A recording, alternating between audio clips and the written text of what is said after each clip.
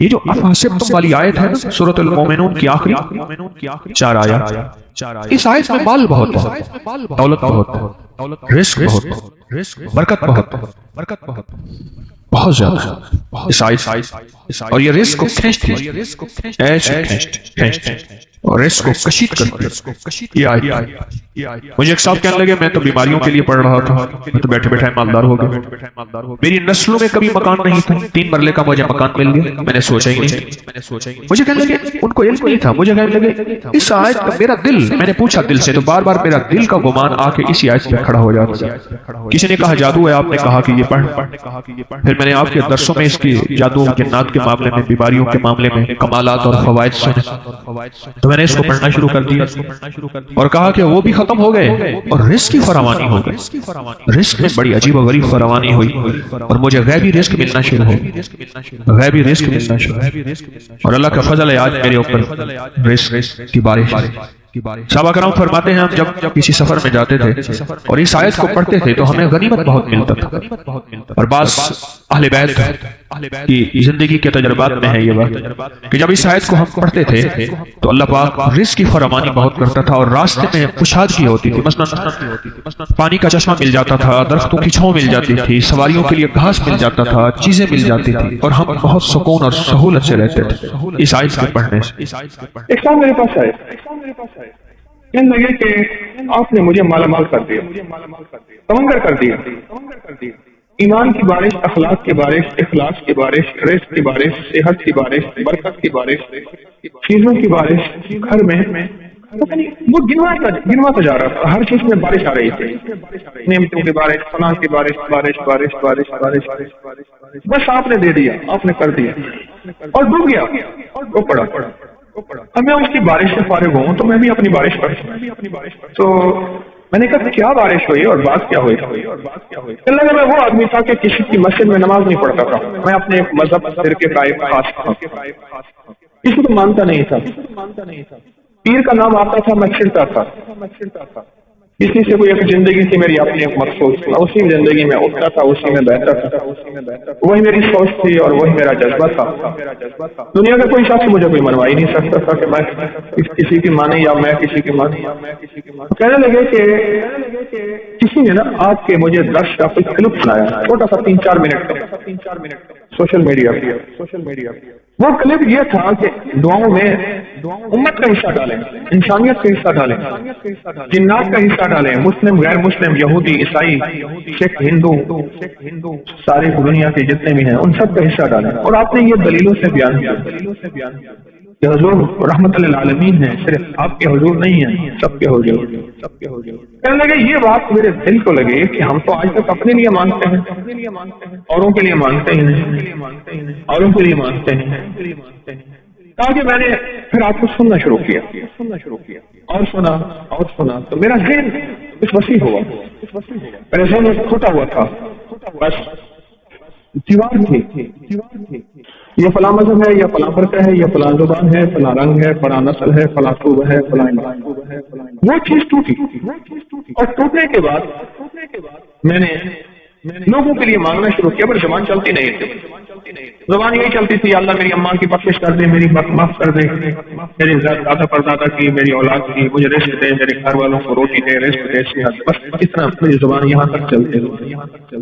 اس میں میری زیادہ نہیں چلتے۔ پھر کہنے لگا کہ میں نے اس میں محنت کی، کوشش کی، اور محنت اور کوشش آگے بڑھا۔ یہ میں اصل میں کاغذ پڑھ رہا تھا کسی کی تحریر، تو اس میں وہ عمل برابر تھا، ایک ہی طرح تھا، تو مجھے وہ واقعہ یاد آیا، بڑا پرانا زیادہ نہیں، 3-4 سال پرانا بس ایسے کہنے لگے سر میں نے 300 دفعہ اللہ اکبر کے فائدے پڑھے تھے، پھر میں نے بڑے آزمائے، اور جس درد جس تکلیف کے لیے، جس دکھ جس روگ کے لیے میں نے پڑھا، 3 تسبیح اللہ اکبر میرا مسئلہ حل ہو گیا۔ اور وہ کہنے لگے کہ میں نے کیا کیا، 3 تسبیح اللہ اکبر کی جو پڑھتا تھا اپنے روگ اور دکھ کے لیے، اس کو میں نے پڑھ کے، اور اس کا اجر، اس کا ثواب، اس کا فیض، اس کی خیر، اس کی برکت میں نے ساری مخلوقات کو پہنچانا شروع کر دیا۔ وہ جو بھی مخلوق ہے، وہ جن ہے، وہ انسان ہے، وہ فرشتے ہیں، درند ہے، چرند ہے، آسمانی مخلوق، فضائی مخلوق، سمندری، پہاڑی، جو بھی، ان کو میں نے پہنچانا شروع کر دیا 3 تسبیح شبہ اللہ اکبر کے 3 شام۔ اور دل میں یہ خیال آیا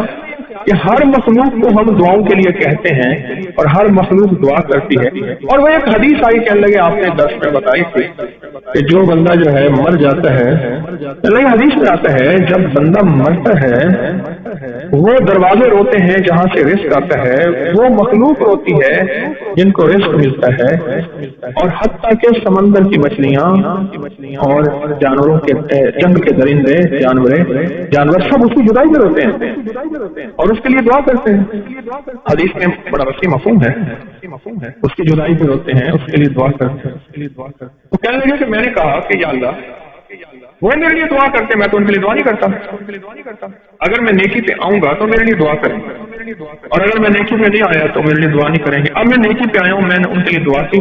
یہ 3 تسبیح اللہ اکبر کی پڑھ کے میں نے ساری مخلوقات کو میرے علم میں ہے یا نہیں ہے میں نے بخشنا شروع کر دیا، اور متواتر یہ عمل کرتا رہا۔ چلو تو 2.5-3 سال ہی گزرے تھے، اچانک میرا ایک پل میں ایسے حالات میں پلٹا کھایا، اور ایک اچانک مجھے موقع مل گیا کہیں کاروبار، بزنس، بس نہ میں گمان نہ خیال۔ رات کو کسی نے دروازہ کھٹکھٹایا، میں نے کہا اللہ خیر کرے، کون آیا؟ پوچھا تو ایک دوست تھا، انہوں نے کہا میں ہوں، تو اس کا نام پوچھ کے میں نے دروازہ کھولا، تو پوچھا کیسے آئے؟ کہنے لگے کہ میں سوچ رہا تھا کہ میں نے کاروبار کرنا ہے، سرمایہ ہے، تیرے پاس محنت ہے، کوشش ہے، تو میں سرمایہ میرا ہے، کوشش تیری ہے، آتی کر لیں گے۔ اور وہ کاروبار کیا تھا؟ جینس کا کاروبار۔ میں نے کہا ٹھیک ہے، میں سارا دن فارغ ہی ہوں، اپنی محنت مزدوری تھوڑی سی کرتا ہوں، بس بچوں گھر کا گزارا ہو جاتا ہے۔ وہ کہہ کے چلا گیا کہ صبح فلاں وقت میں آ جانا گولہ منڈی میں۔ میں چلا گیا، اس نے مجھے بٹھا دیا، اب میرا نیا تجربہ تھا، میں کیا کروں؟ میں نے کہا اللہ تو نے غیر سے روزی دی ہے، میں نے نہ مانگی ہے نہ میں نے گمان کیا ہے، تو نے غیر سے روزی دی ہے، لہٰذا بس اب سوچا بھی جائے میں نے کرنا کیا ہے۔ بس وہ کہنے لگے کہ پھر میرے لیے اللہ نے راہیں کھولتا گیا، خود بخود کھاتے بھی، حساب کی کتاب کی، اور اتنا مال آیا، سارے حیران، اور سب کہیں کہ جو آیا نا بندہ اس کی وجہ سے آیا۔ اور پہلے سال ہم نے جو آپس میں حصہ تقسیم کیا وہ اتنا حصہ تھا کہ میں نے بڑا گھر بھی لے لیا، بڑی سواری بھی لے لی، ایک بچے کی شادی کر لی، اور پھر بھی میرے پاس سرمایہ تھا۔ کہا کہ مجھے یقین آ گیا، میں نے جو مخلوق کی خیر خواہی چاہیے، مخلوق کی خیر خواہش چاہیے، اللہ کو اپنی مخلوق بڑی پسند ہے۔ باپ فرما بردار ہو بیٹا یا نافرمان ہو، باپ کا تو باپ کا ہی ہوتا ہے۔ اللہ کو اپنی مخلوق بڑی پسند ہے۔ کہنے لگے میں نے جو مخلوق کی خدمت کی ہے، اس مخلوق کی خدمت میں میرے رب نے یہ عطا کیا ہے، بس مجھے حیرت۔ پھر میں نے اس عمل میں اور محنت شروع کی، جو بھی پڑھتا تھا وہ اللہ کی ساری مخلوق کو ہدیہ کر دیتا، ثواب مخلوق کو، بس جو ادھر سے میں نے کم پیش کیا ادھر سے اور تیز، میری کام بننے لگے، میری مشکلیں سمجھنے لگے، میرے دل میں اب غیر مسلموں کے لیے خیر خواہی، مسلمانوں کے ہر مذہب فرقے کے لیے خیر خواہی، میرے دل میں اب سب کے لیے محبت پیار، بس پھر تو کیا تھا، رب نے میرا ہاتھ پکڑ لیا کہ مجھے سہل ہو گئی منزلیں، کہ خزاں کے رخ بھی بدل گئے، تیرا ہاتھ میں آ گیا تو چراغ رخ کے بھی جل گئے، بس ایسی ہاتھ میں آ گیا، اور میں راتوں رات جیسے کہتے ہیں نا میں تمنگر بن گیا، عزت دولت رزق صحت پتہ نہیں کیا نعمتیں مجھے ملیں۔ اس کی جھولی کتنی بھری جائے گی، اس کا مال کتنا ہوگا، اس کو عزت کتنی ملے گی، اس کو وقار شان و شوکت کتنی ملے گی، اس کی حاجتیں کتنی پوری ہوں گی، اس کی ضرورتیں کتنی پوری ہوں گی، اس کو رزق عزت دولت صحت وقار شان و شوکت کتنا ملے گا۔ ہمارے ایک استاد ہوتے تھے نکے شاہ صاحب رحمۃ اللہ علیہ، نکے شاہ صاحب، مجھے ایک واقعہ بھی یاد ہے، میں چھوٹا سا پڑھتا تھا، مجھے گمان ہے میں 3 یا 4 میں پڑھتا تھا، 3 یا 4 نکے شاہ صاحب سے میں نے کچھ غلطی کی ہوگی، ظاہر ہے انہوں نے مجھے بہت مارا، ناک سے خون بہنا شروع ہوا، پھر ان کا غصہ ٹھنڈا نہیں ہوا، پھر مجھے ایسے کھڑا کر کے ٹانگیں نیل ڈاؤن کر کے پھر نیچے پیچھے تختی رکھوائی، تختی رکھ کے پیچھے اینٹیں رکھوائی،